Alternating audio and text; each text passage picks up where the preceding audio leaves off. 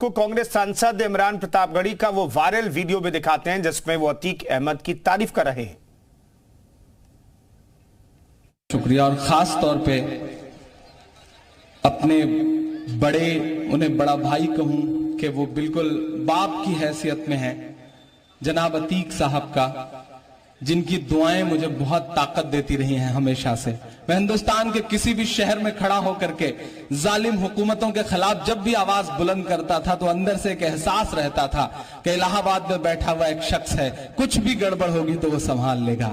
ये जो एहसास है वो बहुत बड़ा है। मैं उन्हें सलाम करता हूं, मेरी ताकत है वो अल्हम्दुलिल्लाह, और उनके जज्बे को सलाम करता हूं।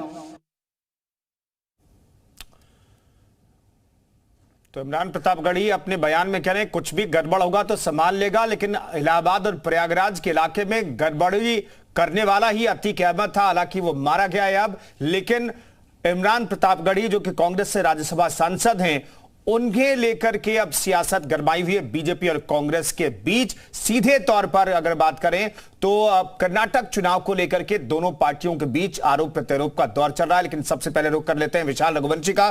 तमाम मेहमान हमारे साथ जुड़ रहे हैं, उनका रुख करेंगे, लेकिन सबसे पहले रुख करेंगे विशाल का। विशाल, कौशांबी में लगातार पुलिस कॉम्बिंग ऑपरेशन चला रही है, कहे तो बेहतर होगा, लेकिन आखिरी लोकेशन को ट्रेस तो पुलिस ने किया लेकिन शाइस्ता तक पहुंच नहीं पाई। अब क्या चल रहा है शाइस्ता की तलाश के लिए?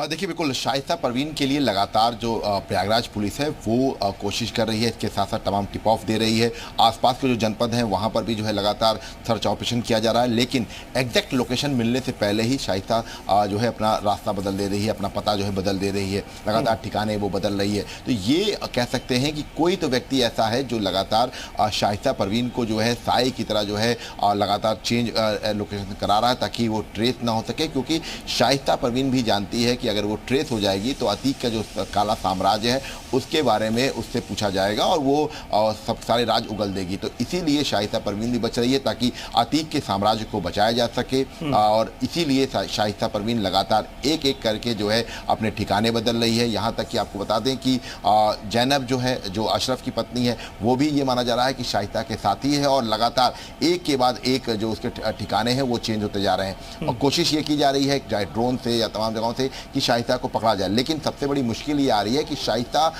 की जो तस्वीरें हैं वो बहुत ज़्यादा जो है ऐसी नहीं है कि जो है बिना बुरके की हो। तो ऐसे में जो मुस्लिम बहुल इलाके हैं वहाँ पर सबसे ज़्यादा दिक्कतें आ रही हैं पुलिस को, क्योंकि वहाँ पर आइडेंटिफाई करना बड़ा मुश्किल होता है। इसके साथ साथ एग्जैक्ट लोकेशन पर पहुँचकर वहाँ पर जब जो टिप ऑफ मिल रहा है वहाँ पर जाकर जो है पुलिस खाली हाथ लौट आ रही है। तो एक चुनौती है, लेकिन ये माना जा सकता है कि जिस तरह से पुलिस लगातार सर्च ऑपरेशन कर रही है और जो एग्जैक्ट लोकेशन के आसपास तक पहुंच रही है पुलिस, तो माना जा सकता है कि बहुत ज्यादा दूर नहीं रहेगा। ठीक है, बिल्कुल पुलिस कोशिश कर रही है, लेकिन इस कोशिश में कामयाबी पुलिस को कब मिलती है यह देखना बेहद जरूरी है। शुक्रिया विशाल इस खबर पर जानकारी देने के लिए। तो चर्चा की शुरुआत करते हैं। तमाम मेहमान हमारे साथ मौजूद हैं। अनिला सिंह प्रवक्ता बीजेपी के हमारे साथ मौजूद हैं, अभिषेक राय जी हमारे साथ समाजवादी पार्टी के प्रवक्ता जुड़ेंगे, राज शर्मा प्रवक्ता हमारे साथ कांग्रेस के मौजूद हैं, संदीप श्रीवास्तव राजनीतिक विश्लेषक हमारे साथ मौजूद हैं, उनका रुख करेंगे। लेकिन अनिला जी का रुख कर लेते हैं। अनिला जी, अतीक अहमद तो मारा गया, लेकिन अतीक पर सियासत उत्तर प्रदेश से लेकर के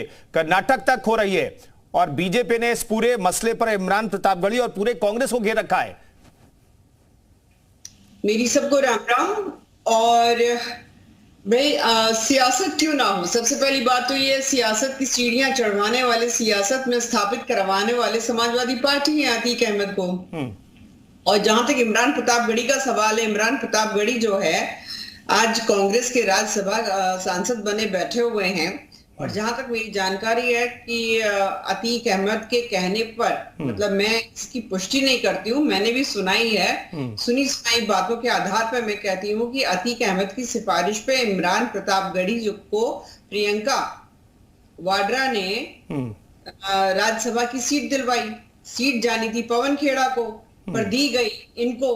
तो आप कनेक्शन देखिए, तो तभी तो जो तारीफों के पुलंदे गढ़े जा रहे थे इमरान प्रतापगढ़ी के द्वारा अतीक अहमद को लेके, उसका इनाम दिया गया, और वो स्टार प्रचारक बनाए हुए हैं कर्नाटका में। यानी ऐसा व्यक्ति जो माफिया और डॉन, जिसने पता नहीं कितनों का घर उजाड़ा, लूटा खसोटा, प्रॉपर्टी पूरी कब्जा करी, एक ऐसा इलाका तैयार कर रहा था जो कि तुष्टिकरण डोमिनेटेड, यानी कि वहां पर अपने धर्म का एक साम्राज्य वहां पे खड़ा कर रहा था।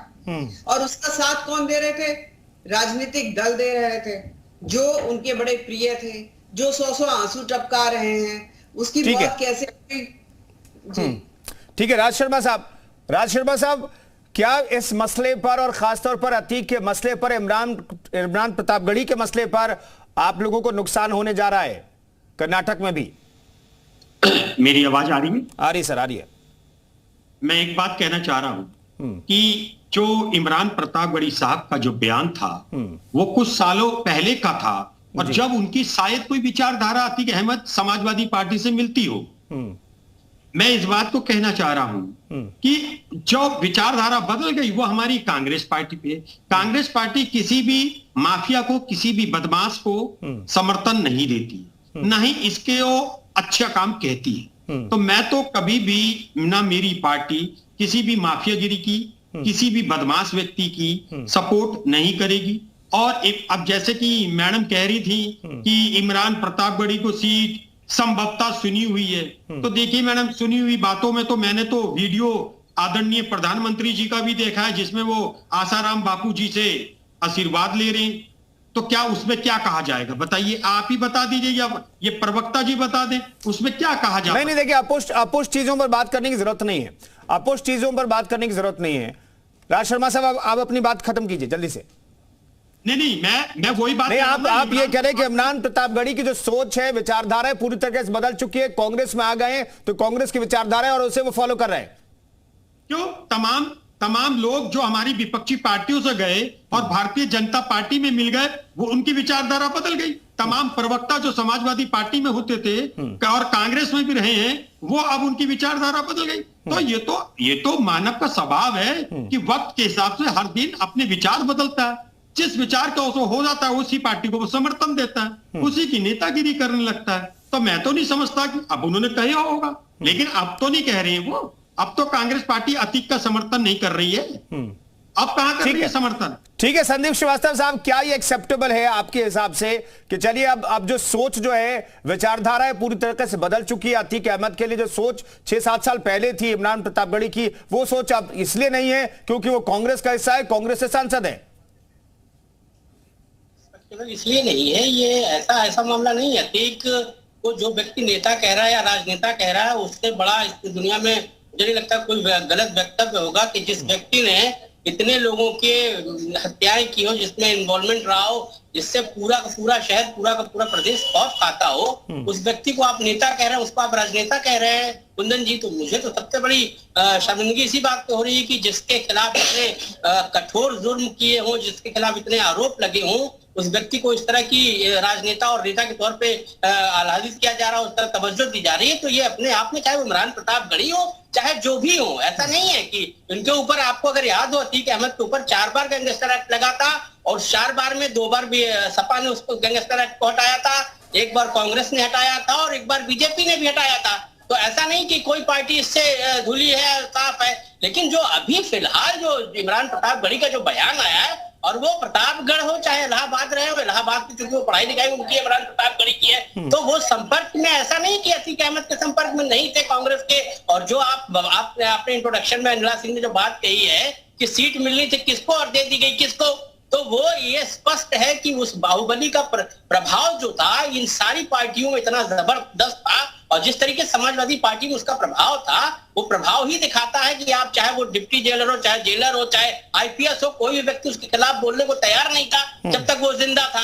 तो ये सारे मामले देखिए, ये राजनीतिक बिना संरक्षण के अतीक इतना बड़ा साम्राज्य, 12,000 करोड़ का साम्राज्य आया कैसे? वो क्या काम करता था ये बताए राजनीतिक दल, सारे राजनीतिक दल, कि वो क्या धर्मांत चला रहे थे राजनीतिक दल। अतीक अहमद जिसके कारण इतने उनके पास प्रॉपर्टी, इतने आलोशान गाड़ियां और इतनी संपत्ति आ गई। तो ये अपने आप में बड़ा विषय है, ये सारी राजनीतिक पार्टियों को सोचना होगा